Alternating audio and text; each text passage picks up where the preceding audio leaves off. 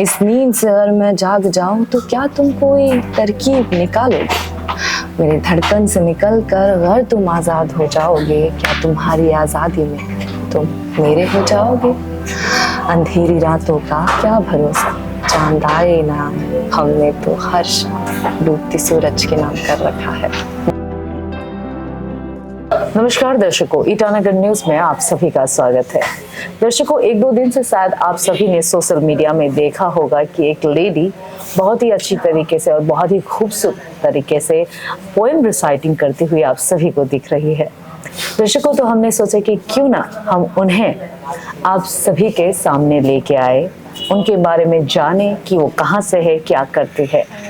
दर्शकों, उनका नाम है डॉक्टर जोमियर जिनी, जो कि अभी हमारे साथ मौजूद है हमारे स्टूडियो में, और उनसे ही जानते हैं कि वो कहाँ से है, क्या करती है, और इतनी अच्छी तरीके से जो पोएम रिसाइटिंग करने का उन्होंने जो उनका हॉबी जो है, अपना टैलेंट जिस तरह से उभार के आया है, तो वो कहाँ से आया और कहाँ से सीखा। वेलकम जोमिर हमारे स्टूडियो में। Thank you so much. तो जोमिर, सबसे पहले ये बताइए कि आप कहाँ से है, कैसे सीखा ये हॉबी, और फिलहाल क्या कर रही हो? हेलो एवरीवन, आई एम जोमियर। मैं बहुत ही बचपन से लिखती हूँ। जब when I was like in class 3 class 4 ऐसे 9-10 साल की थी, तब से मैं लिखती हूँ। ऐसे स्कूल के नोटबुक्स होते हैं, उसके पीछे वाले पेज में स्क्रिबल करके रखना ऐसे। तो लिखना तो कभी किसी ने बोला नहीं, it came very organically, so that's why I love it. I feel no pressure in writing, there is no expectation and there is, that's why no pressure. तो वो मुझे बहुत पसंद है। एंड अभी मैं क्या कर रही हूँ, तो अभी मैं एक मेडिकल ऑफिसर हूँ। I am employed under ICMR, it's the Indian council of medical research, and just living a very normal casual life. Okay, as a doctor, मतलब प्रोफेशन के हिसाब से आप अभी डॉक्टर हो, मतलब स्पेशलिटी क्या है आपका? I've done my graduation in bachelor in dental surgery. So I'm actually a dental surgeon, and I've done my JRship in different departments, like different specialities within our forte.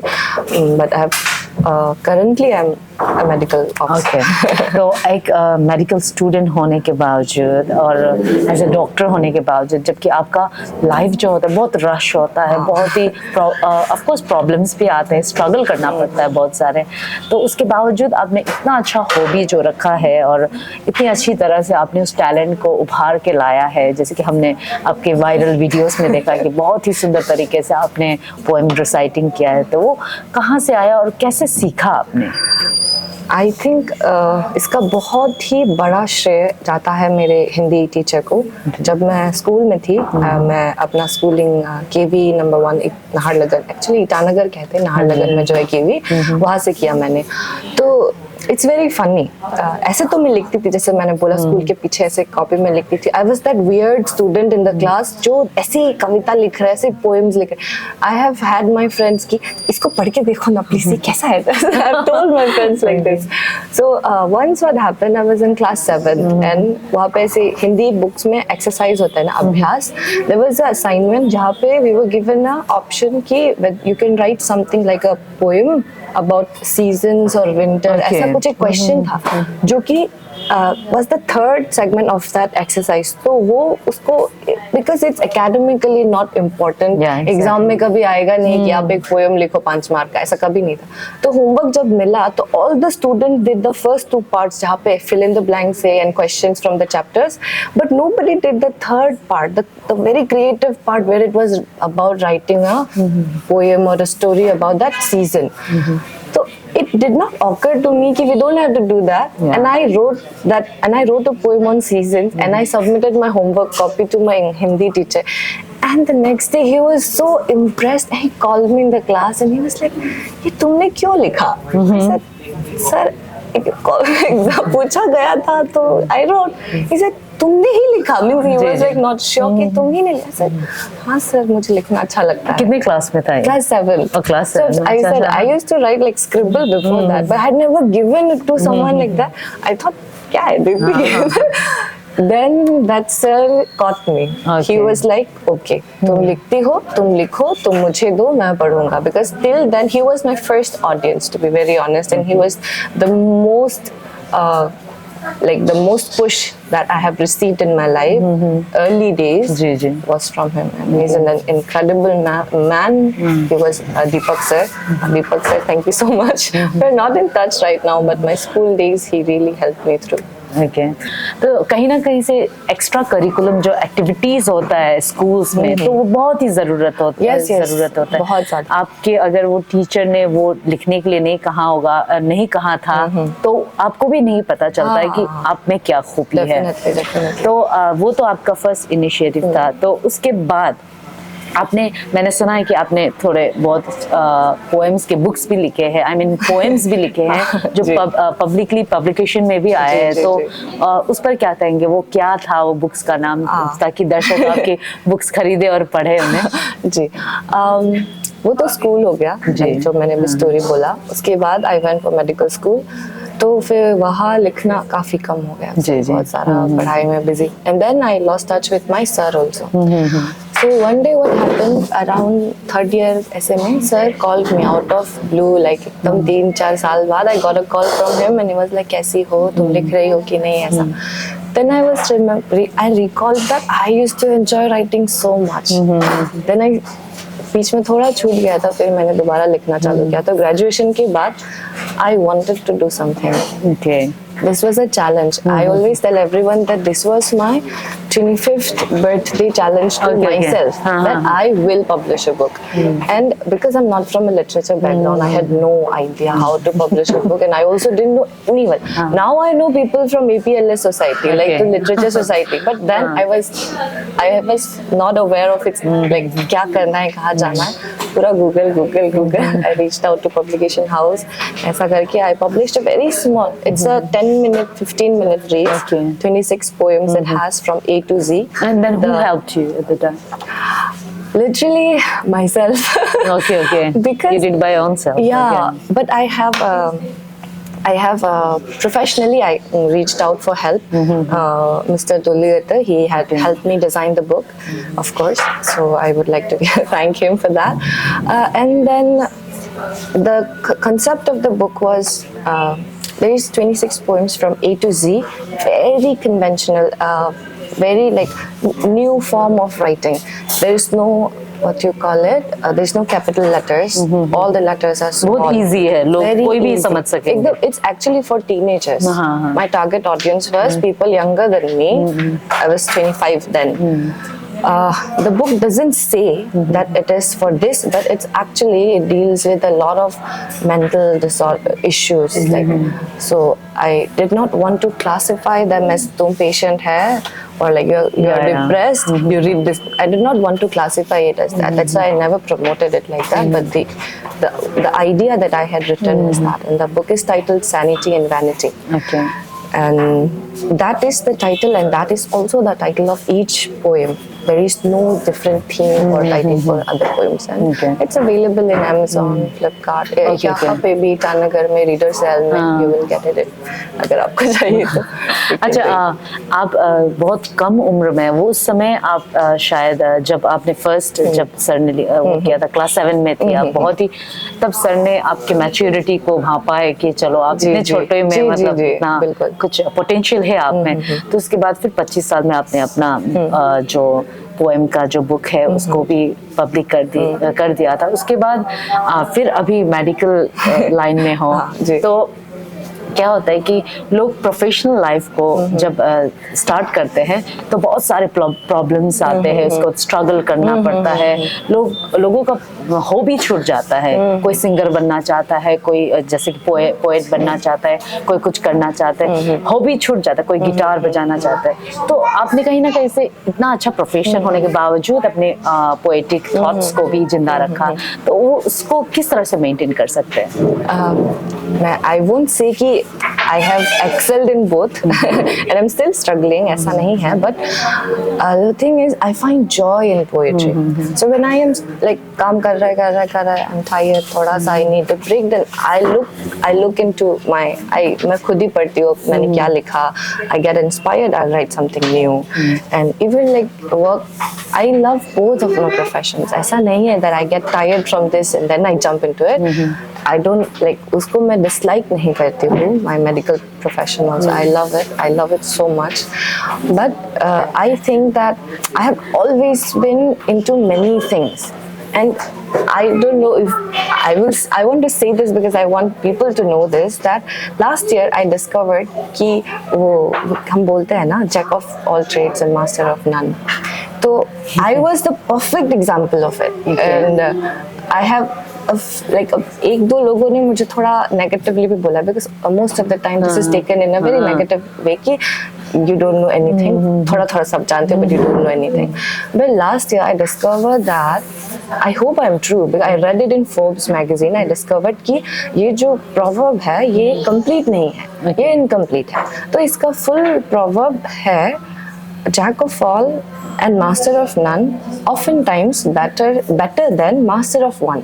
Okay. So when I read that, it really gave me that, like I don't have to constrain myself in that one zone, and I can actually go out and enjoy all the different things that I do. Apart from these two things also, I do many things. So I love all of them. I feel like when I come back tired from my work, I will not treat it as a burden. Profession को हम लोग oftentimes burden की तरह ले लेते हैं. That is when we lose the joy in it. So I think if you don't take it as Enjoy a करना burden, जरूरी है. you'll be able to do.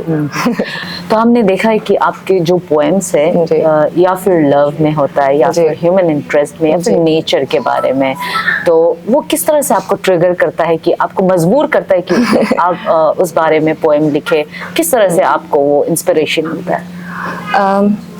I think inspiration कहाँ नहीं है, ढूंढने को जाओ तो यहाँ बैठे बैठे अभी मैं आपके साथ कॉन्वर्सेशन में हूँ, दिस इज एन इंस्पिरेशन.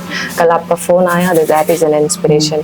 मैं अभी जब गाड़ी निकाल के आई, रास्ते में आई कम क्रॉस जितने भी लोग, इंस्पिरेशन इज जो गाड़ी ठीक से नहीं चला रहे हैं अभी ट्रैफिक में.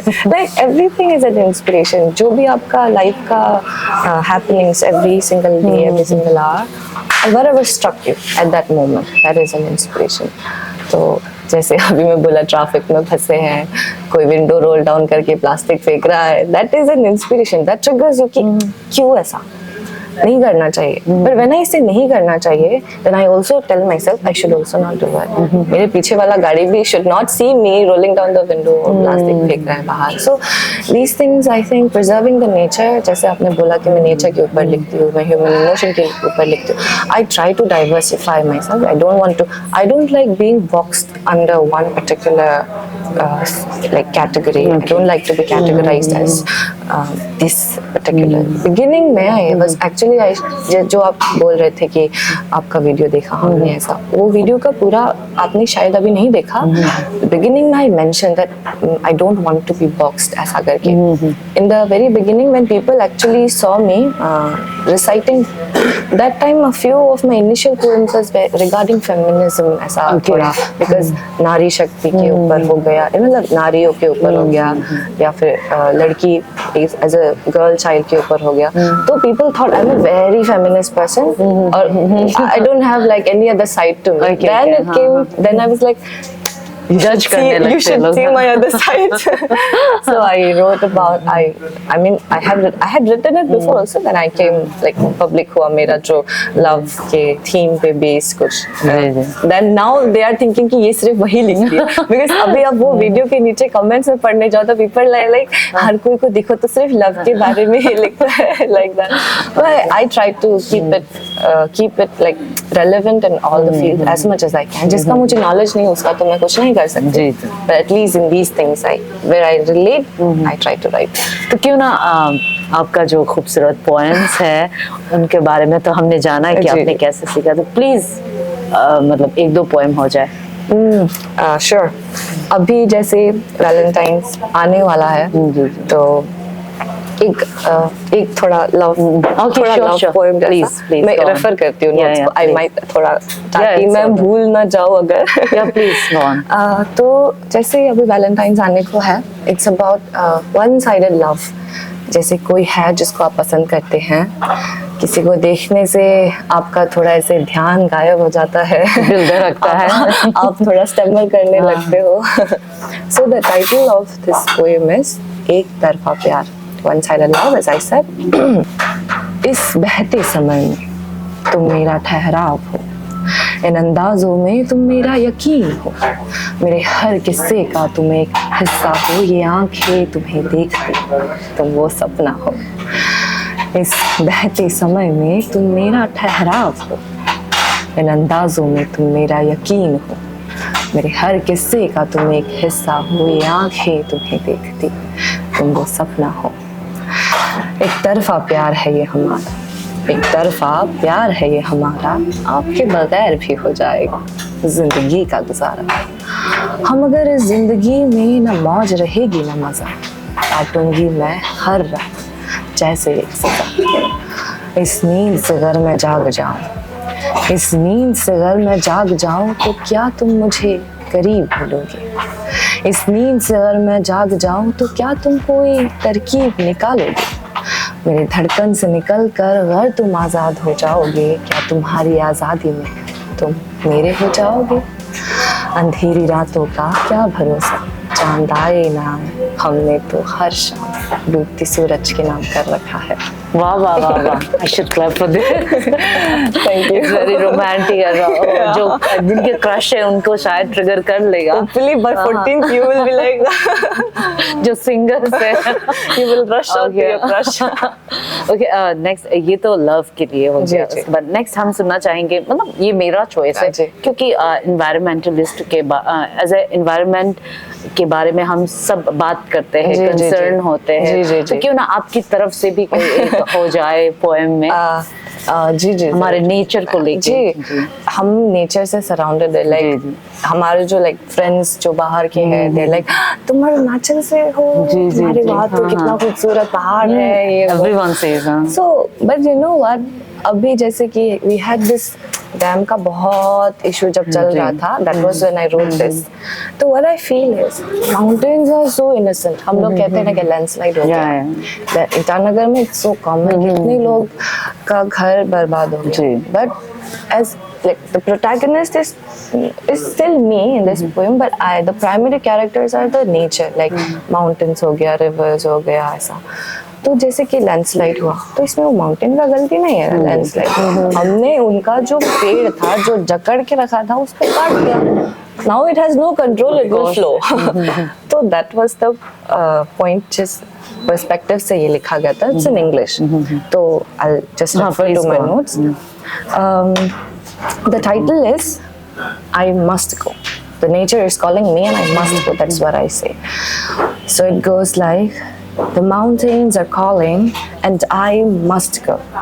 The trees are falling and I must go. But they are not diseased, rather taken with too much ease. But they are not diseased, I said, because you know, वो सूख के नहीं मर रहे, हमने काट दिया उसको.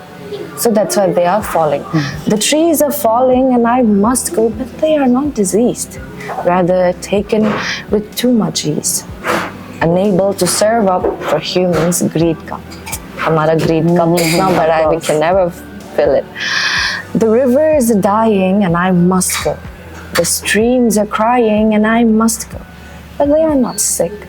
वो स्ट्रीम्स नहीं बीमार पड़ते, हम उसमें प्लास्टिक फेंकते हैं, हम उसमें गंदगी फेंकते हैं। तो I say the streams are crying and I must go, but they are not sick. It is not for them to pick. Being held up by cements and bricks, oh, poor human's trick. The mountains are sorry. The mountains are sorry for the homes they have shattered. जैसे मैंने कहा landslide हो जाते हैं, mountains की क्या गलती? So in this poem I am trying to be the mountain and say that I am sorry that I did that, but it's not in my hand. The mountains are sorry for the homes they have shattered. They tried to stay put as long as they could. The rivers grieve The rivers grieve for the villages they have flushed. हमने देखा कितना बाढ़ आ जाता है और पूरा गांव ऐसे तहस नहस हो जाता है, बट रिवर का क्या गलती है, वो जाएगा उसको जहाँ जाना है, पानी है बहेगा. The rivers grieve for the villages they have flushed. They couldn't keep it when they were being rushed. Earth is falling apart at humans' hand. It is high time to take your stand. Take your stand. Earth is falling apart at humans' hand. It is high time to take your stand. Do you want to be the last generation to have seen nature's narration? When I wrote this, I was like, I have nieces and nephews. I'm not married, but I have nieces and nephews, and they are not growing up as we did. हम लोग पेड़ पे चढ़ के फल तोड़ के इधर उधर जंप करके ऐसे हम बड़े जो चाइल्डहुड था. Yeah, but they are like scrolling करके बस स्क्रीन पे. So I want like अगर हमने नेचर को प्रिजर्व नहीं किया, उनको भी देखने को नहीं मिला, उनका नेक्स्ट जनरेशन को क्या ही देखने को मिलेगा. So my question is, do you want to be the last generation to have seen nature's narration of majestic stories before us, of majestic stories beyond us? It is high time to take your stand. Earth is falling apart at humans' hand. Wow, it was so beautiful. It was so beautiful. काश कि आपका जो poem है लोगों के दिलों में जाए और शायद वो भी इंस्पायर हो जाए. तो मेरा लास्ट क्वेश्चन नहीं, आपसे हम एक अपीलिंग का वो करते हैं कि किस तरह से हम जो यंग्स है, जो हमारे जैसे इवन जो अपने एक प्रोफेशन में डूब जाते हैं, अपने लाइफ में इधर उधर वो हो जाते हैं, बिजी हो जाते हैं, तो इस तरह से किस तरह से हम अपने आप को बरकरार रखें, अपने प्रोफेशन के साथ साथ अपने हॉबीज को कैसे आगे बढ़ाए. तो आप क्या समझते हैं कि उसे किस तरह से हमें मेंटेन करके रखना चाहिए? आई थिंक जैसे बहुत बिगिनिंग में आपने बोला था कि करिकुलर एक्टिविटीज कितना ज़रूरी है, उसी से ही I think we can come to this conclusion कि जब हम लोग स्कूल में होते हैं ना, तब हम लोगों ने क्या जो डांस कंपटीशन है, सिंगिंग कंपटीशन है, पोइट्री कंपटीशन हो, स्टोरी नरेशन का कंपटीशन हो, ऐसे का कंपटीशन हो, स्कूल में हमें ये सिखाया गया है कि हॉबीज कितना इम्पोर्टेंट है, to have these hobbies and these act as refreshments in your life. तो जैसे हम खाना खाने के बाद एक रिफ्रेशमेंट के लिए चाय पी लेते हैं, तो वैसे ही एक बहुत ही स्ट्रेसफुल समय के बाद do something that refreshes you, and it necessarily not be कि आप बैठ के कविता लिखो, like that is what I do, but find your niche. आप किस चीज़ को एंजॉय करते हो, do that, but then at the same time be a little experiment. आपको लोगों से मिलना शायद ज़्यादा पसंद ना हो, मत करो हर दिन, कभी दिन एक बाहर चले जाओ, कभी दिन एक किसी फ्रेंड के साथ कोई नया रेस्टोरेंट चले जाओ, एंजॉय द एनवायरनमेंट देयर. ज़रूरी नहीं है कि आप रेस्टोरेंट ही जाओ, आप किसी खुले मैदान में चले जाओ, आप थोड़ी देर बैठो, आप सनसेट को देखो, आप सनराइज को देखो, कितना खूबसूरत होता है. One thing I have observed in my family, actually my siblings, they very dramatic at the same time. हम लोग जब ड्राइव कर रहे होते हैं ना, I don't drive, I'll sit like this and my sister will be driving, she'll be like, oh my god, look at the moon. Means like it is so beautiful. And I think appreciating moon and sunset especially, I've learned it from my sisters.